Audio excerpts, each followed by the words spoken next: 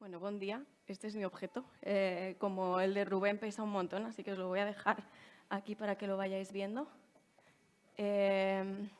Bueno, quería primero de todo agradecer a José Luis y a Mireia por las presentaciones y a José Luis especialmente por el entusiasmo, la pasión que le está poniendo a este maratón, a esta nueva tarea en general. Y gracias por estar acompañada de toda esta gente que admiramos mucho. Bueno, hemos traído, soy Mireia Ulzárraga, junto con mi compañero Alejandro tenemos el estudio de arquitectura TAC, que ya ha presentado antes José Luis. Hemos titulado a esta presentación La naturaleza es el problema y os lo voy a ir contando con una historia. Vale. En Estados Unidos puedes ir a la cárcel por no cortar el césped. Es lo que le está pasando a este señor que se llama Alexander Wolf, que acumula ya más de $16.000 entre multas y demandas. Sus reiteradas negativas a mantener el césped cortado por debajo de las 8 pulgadas que requiere la normativa de su comunidad, donde vive en Baltimore, en el estado de Wisconsin, le pueden acabar llevando a la cárcel. Es lo que le está pasando también a los Daphner, habitantes de St. Peters en Missouri. A la señora Daphner, Janice Daphner, el césped de su casa le produce alergia y entonces embellece su jardín con otro tipo de especies, contradiciendo de esta manera las normas de la comunidad donde vive, que exigen que las especies mayoritarias de los jardines sean variantes del césped y que ocupen al menos el 80% de la superficie de cada jardín.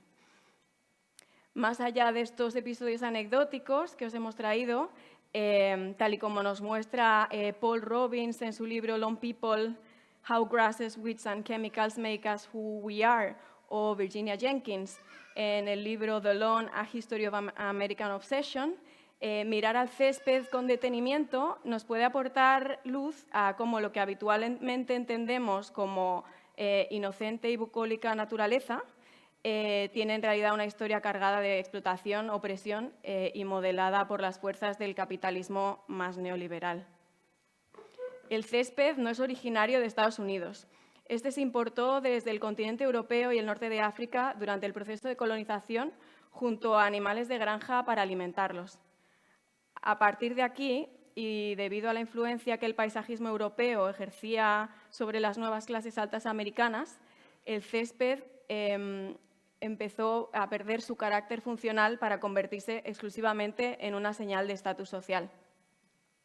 El arquitecto James Hoban, irlandés de nacimiento, ganó el concurso para construir la Casa Blanca, que veis, no se ven mucho los créditos, que veis a la izquierda.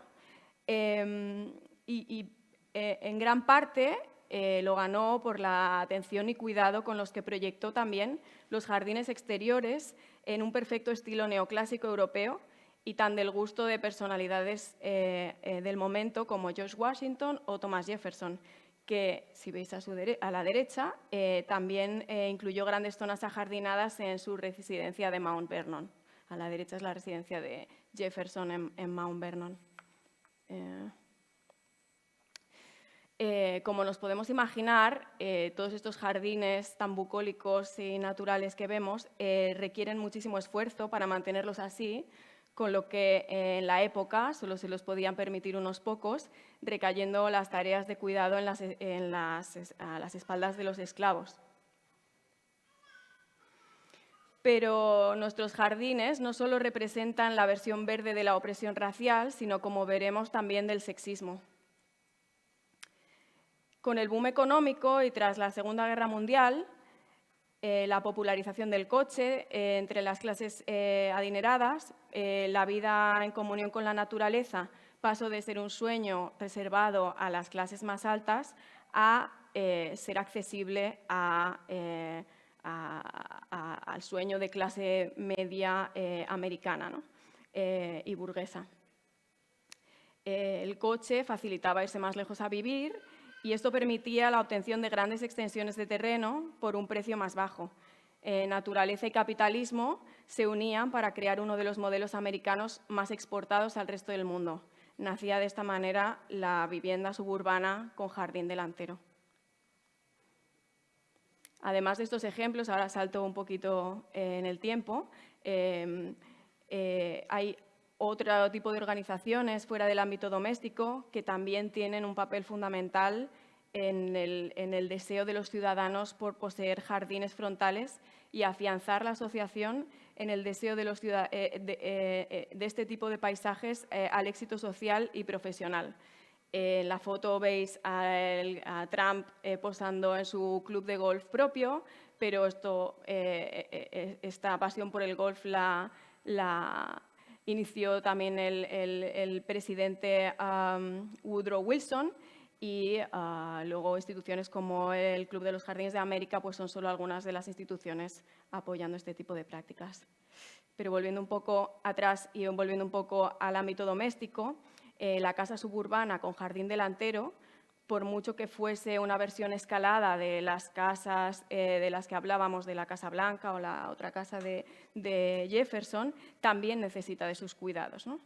Y mientras la perfecta imagen de la mujer ama de casa americana se concentraba en las labores domésticas en el interior de la casa, como veis en la imagen de la izquierda, el hombre se enfrentaba al dominio de lo natural para crear las condiciones perfectas para una jornada familiar,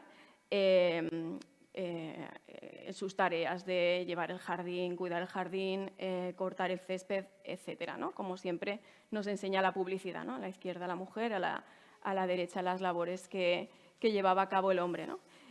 Por supuesto, no tenemos que explicar que esta celebración pública es reservada a la familia blanca y heteronormativa, ya que cualquier otro tipo de relación familiar disidente debía hacerse siempre en la intimidad, ¿no? Se calcula que actualmente en Estados Unidos existen 228,73 millones de unidades de cortadoras de césped, tanto manuales como eléctricas.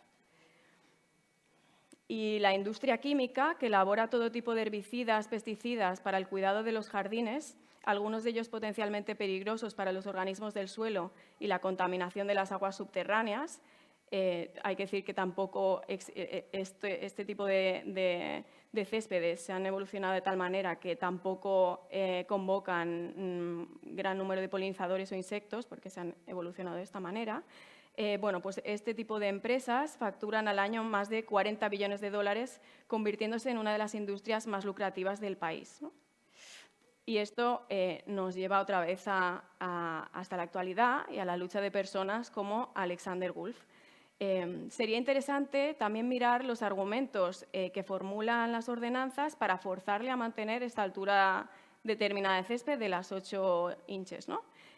Según las sentencias que se han dictado en su contra, la comunidad tiene derecho a regir todo aquello que equivalga a una interferencia irrazonable con la salud, la seguridad, la moral, la belleza o la comodidad de la comunidad, ¿no? O sea, todo esto, el que el césped sea un poco más alto, interfiere en todas estas cosas, ¿no? Según la comunidad y según ha sido el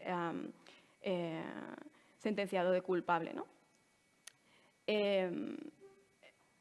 Como vemos, aquí la naturaleza poco tiene que ver con la entidad biológica, sino más bien con un constructo culturalmente atravesado por miedos, mitos, ficciones, deseos, inercias, malentendidos, representaciones, historias, que como cualquier otro objeto no escapa a los flujos del capitalismo.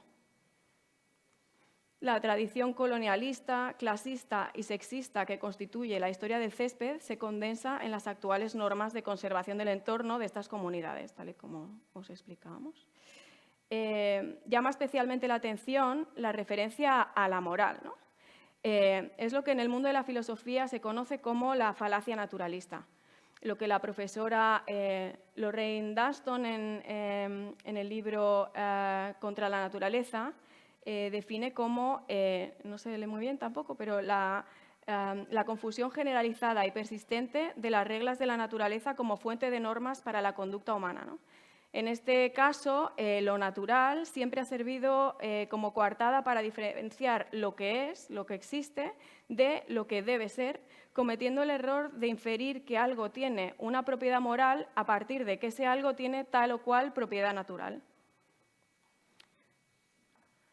En las polémicas alrededor del matrimonio homosexual, los derechos reproductivos de las mujeres o el racismo, las constantes llamadas al orden natural parecen haber sido siempre la excusa perfecta para ejercer el poder. Lo natural es lo normal, que es lo bueno. No es casualidad que, como muchos autores indican, los periodos de actividad más intensos en las luchas feministas, antirracistas y por una nueva relación con la naturaleza se desarrollen en las mismas franjas temporales y mediante alianzas transversales, ya sea el movimiento por los derechos civiles, la revuelta de Stonewall y el movimiento hippie de los años 60, o, si nos movemos a momentos más actuales, las Fridays for Future, Black Lives Matter o el movimiento Me Too. Capitalismo y naturaleza son las dos caras de una misma moneda. No podemos intervenir sobre el primero si no desmontamos las raíces coloniales, sexistas y clasistas de la segunda. Podemos argumentar que la naturaleza con N mayúscula es la construcción cultural, poco o nada tiene que ver con la naturaleza con N minúscula. Tal y como dice Paul Preciado, recordando a Derrida, el éxito del performativo no depende de un poder trascendente del lenguaje, una suerte de voz divina que declara hágase la luz, sino de la simple repetición de un ritual social que, legitimado por el poder, esconde su historicidad. El objeto que hemos traído, que lo veis aquí, no lo voy a volver a coger porque pesa mucho, formó parte de un proyecto que hicimos para Matadero Madrid con la intención de mitigar el efecto de isla de calor en este centro mediante propuestas arquitectónicas basadas en la econaturaleza y en este caso lo que hicimos fue un ejercicio de repensar el espacio público desde un punto de vista queer y ecosexual. El proyecto se expuso en Ecovisionarios y partía del análisis de los usos disidentes que se dan en el espacio público de Madrid, muchas veces relacionados con los espacios naturales. Desde prácticas como el cruising, que es la práctica de mantener relaciones sexuales entre desconocidos en el espacio público, que se entiende habitualmente como fuera de la norma, pero que nos parece que pone en cuestión las definiciones más románticas de la naturaleza, ¿no? El jardín de Garden for Romantic Crossover, que es de lo que forma parte esta pieza, lo que trataba era vincular humanos, vegetación y tecnología en un jardín infraestructural del que esta pieza era uno de los contrapesos, ¿no? Que, como veis, esta es una piedra pesada que hacía de contrapeso en esta cúpula enorme, ¿no? La arquitectura puede jugar un papel crucial en desmontar esta falacia, ¿no? Su ámbito de acción multiescalar, que incluye la política, la tecnología y la ecología, la coloca en un espacio privilegiado para manejar situaciones complejas como esta. Pero primero debemos admitir que la naturaleza es el verdadero problema, por muy provocador y contraintuitivo que nos parezca, ¿no? Algunos de los proyectos que veis en pantalla son jardines portátiles, cúpulas para la estimulación de la biodiversidad, espacios para comunidades de gatos o reformas de casas con un compromiso medioambiental. Y lo que tratamos de explicar como así conclusión es que la única vía posible y razonable a la salida de la crisis climática está en la toma de decisiones colectiva y el refuerzo de la democracia, y esto puede llegar a pasar por soluciones arquitectónicas aparentemente no sostenibles. Muchas gracias.